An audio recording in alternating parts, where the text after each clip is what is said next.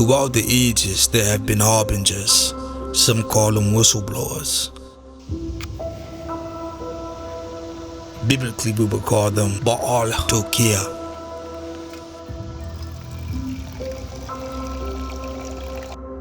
In these uncertain times, it's very imperative that we are able to ascertain the seasons and what may loom over the horizon. First Chronicles chapter 12:32 we read, "And of the children of Issachar, which were men that had understanding of the times, to know what Israel ought to do. Have you not noticed the earth of which we live in is rapidly changing? Some would even say at an alarming rate.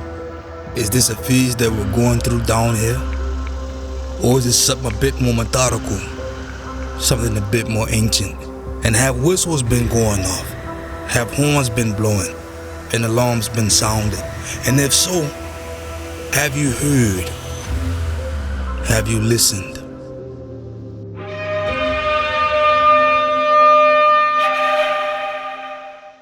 In times of antiquity, my forefathers would commonly use the shofar to gather the people to assemble us or to garner attention. It was also commonly used in times of war and often blown to signify danger.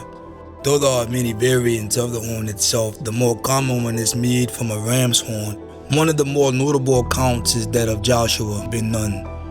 When circling the city of Jericho, we were instructed by Yah to blow the trumpets, i.e. the shofar, bring down their mighty walls. The deafening sound of multiple trumpets being blown simultaneously made a cacophony in the valley below and shook the walls with its vibrations and its startling sound.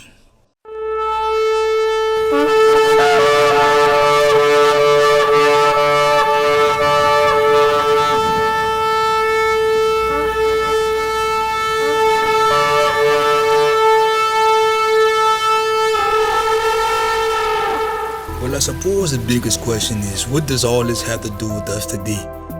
Does it have any relevancy? Well, according to Ezekiel chapter 33 verses 3-6, the shofar was commonly blown as a warning for an impending judgment of sin. More importantly, in the book of Revelations, we see trumpets, the shofar, being blown 6 different times. In Revelations chapter 8 verse 7, we see that the vegetation is destroyed. Ladies and gentlemen, we are plowing under vegetable crops from coast to coast. Is it true that the government is paying farmers to destroy their crops? And the simple answer to that is yes, they are. I initially heard about the government paying farmers to destroy their crops. I thought it was a load of bullshit. Well, lo and behold, we received our destruction notice the other day. So basically there was 2 options on how to destroy the crop. The government could fly on Agent Orange, or we could manually destroy the crop ourselves. But we put too much blood, sweat, and tears in it to let them destroy it, so we decided to manually do it ourselves. Basically, it said if we used a lawnmower to destroy the crop, we could receive an extra $600 an acre. Something about the low carbon footprint or something. So that's what we're doing. Now, they really didn't tell us how many acres to destroy. They just said, get after it and we'll be watching you from satellite. We'll give you a call when you've destroyed enough. In the food business, and we're in the oil business, and food prices are getting higher, and we expect even more increases by October.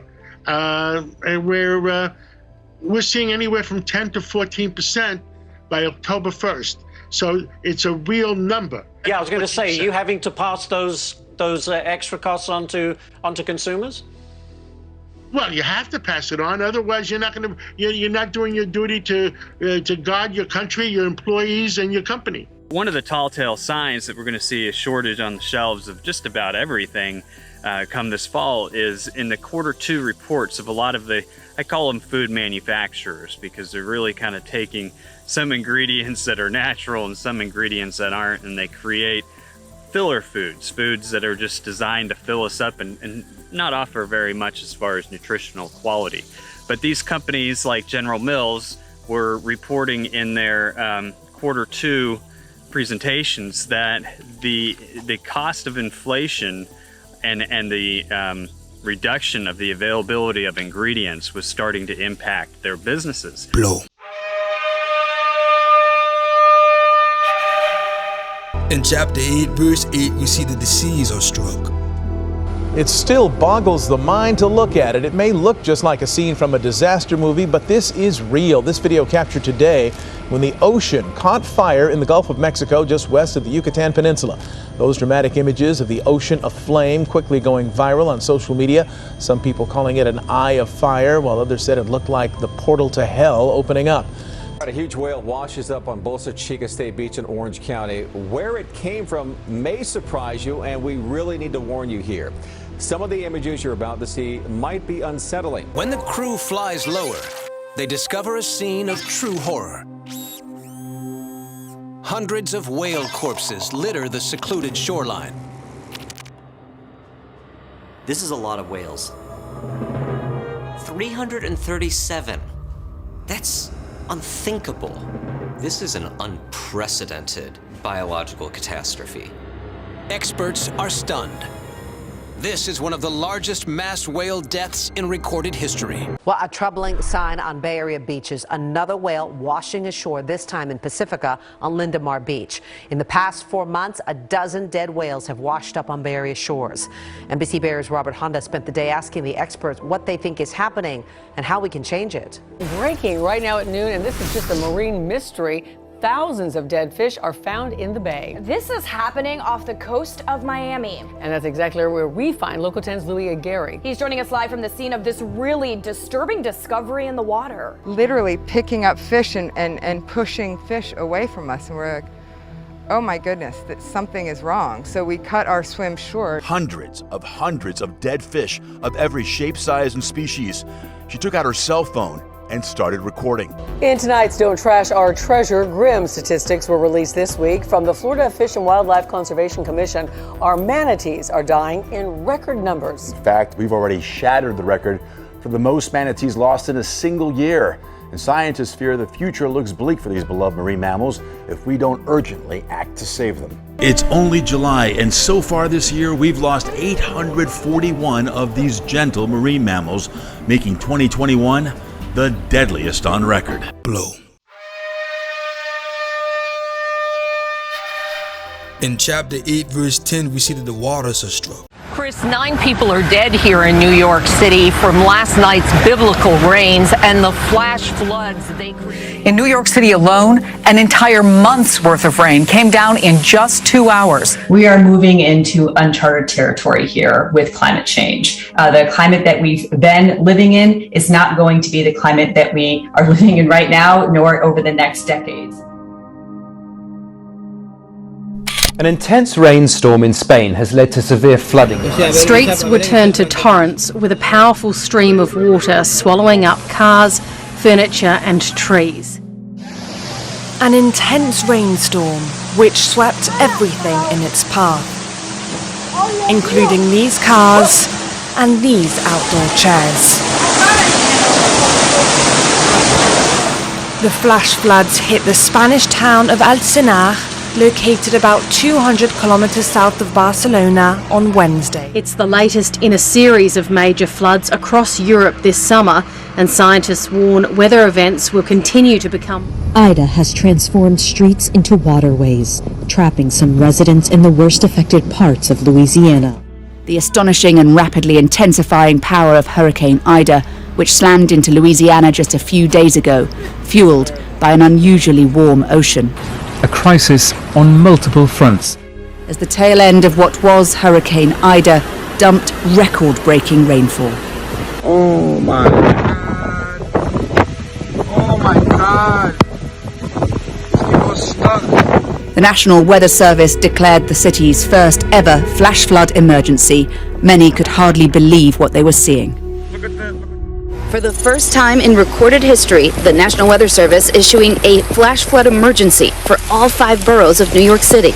More than 7 inches of rain in just a few hours. After unprecedented storms left at least 50 people dead. Look at that tornado! The warnings had been there. The storm was coming. But there was little that could be done to protect from Ida's wrath. New Jersey is not tornado territory. It seems now to be so devastatingly regular, yet more extreme weather. Multiple states of emergency declared, records broken again. Turning major roads into rivers and stranding cars and lorries. It was a similar story in Philadelphia, with water as far as the eye can see, engulfing communities. But it wasn't just the volume of water, it was the speed it came.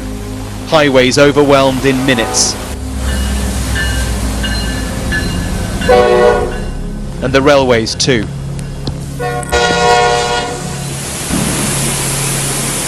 This was the New York City subway, flooding on a level which left people stunned.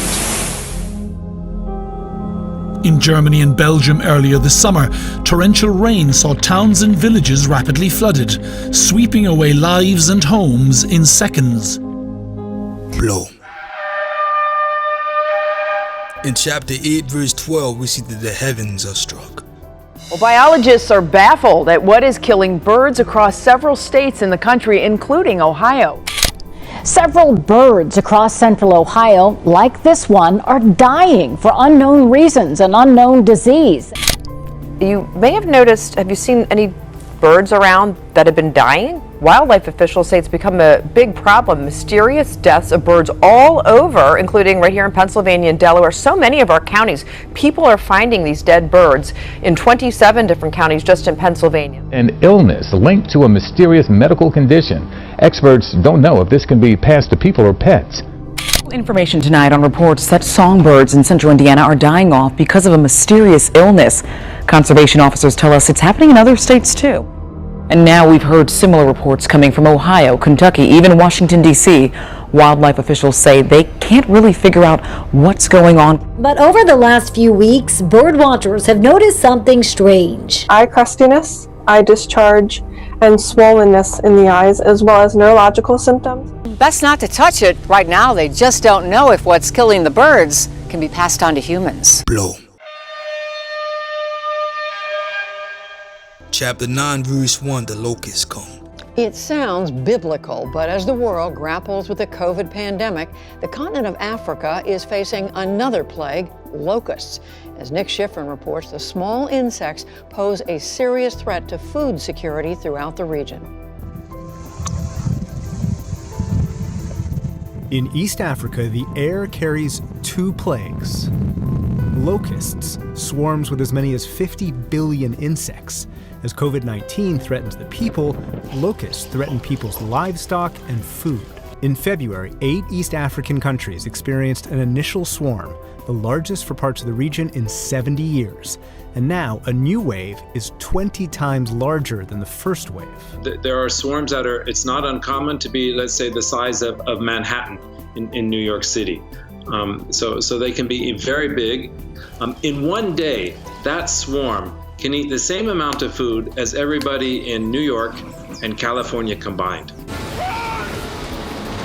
Whenever Hollywood depicts biblical plagues, you can trust locusts will make an appearance. The grasshopper-like insects have had a bad rep since the height of ancient Egypt, but it's well earned. This year, the most notorious species, desert locusts, set off a global panic stretching from Kenya to Pakistan, and most recently, Argentina. Swarms have devastated crops and pastures, threatening the food supplies in regions already reeling from the pandemic and food insecurity. They also made their way to several cities in the Middle East, India, and Pakistan. Whoa! Look at the locusts. Blow. Despite the graphic nature of some of these ominous warnings and things that we're clearly saying today, this video wasn't made to be that of a depressive one, but of good cheer. For we read in 1 Thessalonians chapter 4 verse 16, For Yahshua himself will descend from heaven with a shout, with the voice of an archangel, and with the trumpet of Yah, and the dead in him shall rise first. Trumpets are blowing all over this planet. I suppose at this point the biggest question is, are you listening?